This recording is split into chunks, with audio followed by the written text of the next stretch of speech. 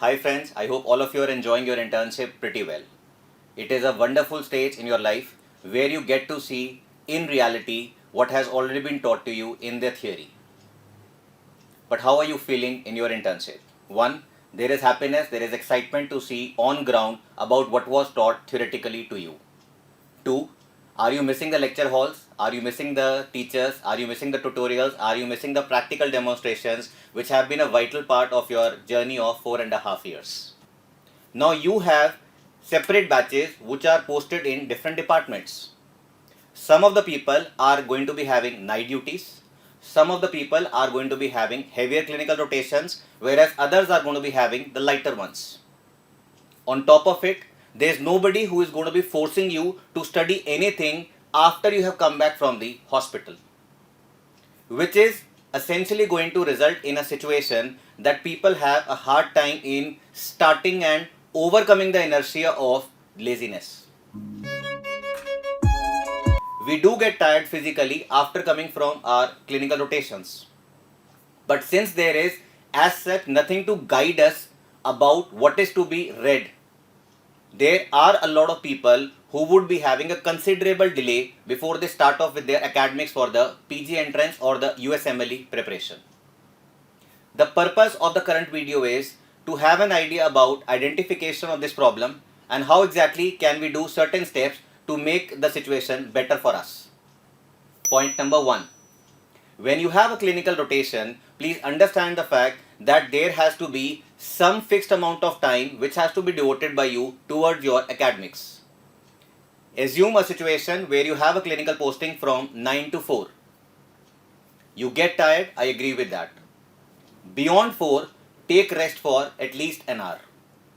After 5, have a good cup of either a juice or coffee or tea as per your preference.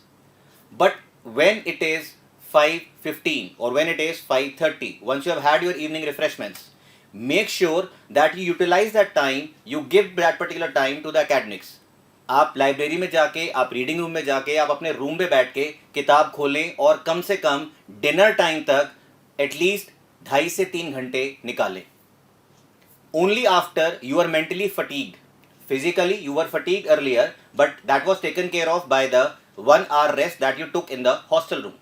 Now you had refreshments. Now you have to ensure that you study and properly study, so that even if you get mentally fatigued, that's a time which you are going to be now utilizing for having your meals. Once you have your meals, do spend some time in a leisure walk or maybe a small bit of chit chat. But try avoiding social media or time it.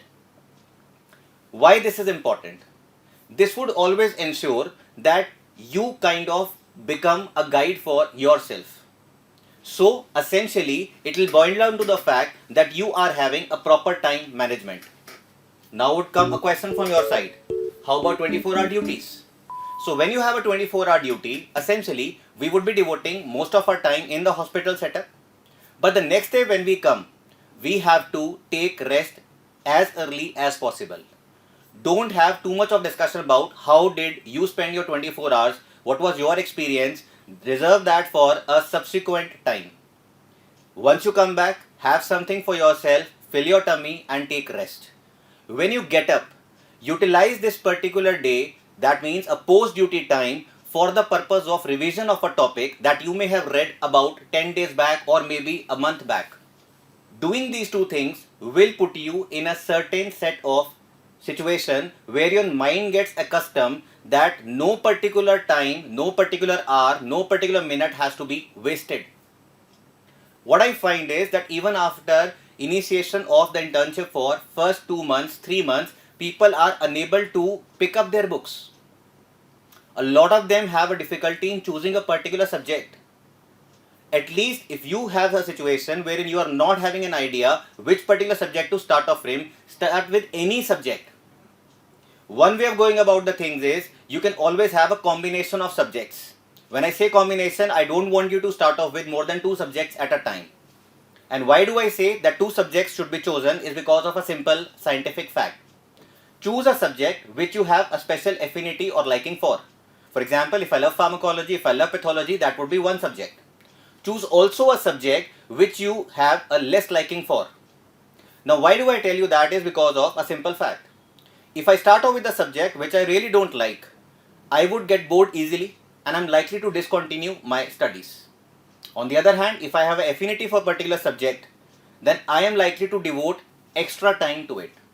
Having a combination of subjects would help you ensuring that you give a proper rationalization of the time, as well as it is also going to reduce the chances of a mental fatigue. So let's say if my mind is full of lot of drugs of pharmacology and then I start reading about certain bacteria, the cells or the part of the brain which was focusing on pharmacology would get some rest. At the same time, it would give me an advantage that I am now covering the other subject, and that is likely to reduce my mental fatigue. Once you start doing this, you would automatically realize that after just about couple of weeks, and I say that at least 14 days are required for getting into the groove. So once you start off with this, there is going to be a momentum which will always help you continue with your academics. To supplement it, obviously, you can take part in the weekly tests, you can take part in the grand tests, you can always have self-assessment of your preparation either with a study partner or all by yourself by using different apps which are available in the current times. The crux that I wish you to understand is that time is going to be fixed for everybody. So whosoever in your batch is likely to crack the exam in the first attempt are going to be more closely those people who are utilizing this time more efficiently. And once you understand that, once you get into the groove of going in for it, you would realize that gradually you would have a mental pressure easing off your brain, because let's say in a month I am able to wrap up 4 subjects. So now for the remaining part of my academics, I just have to take care of 15 subjects. Write down a study schedule if possible, devoting how much hours, how many days are you going to be giving to a particular subject. Try to ensure that your study schedule is going to be in a manner wherein prior to appearing in any exam of your choice, be it the INI-CET exam or the NEET PG exam or next exam, whatever the terminology is, you are able to revise your course at least 3 times. This is going to ensure that your probability of cracking the exam is going to be the maximum. Also, for your individual hospitals and your individual internships, certain hospitals may be having postings which would give you more time.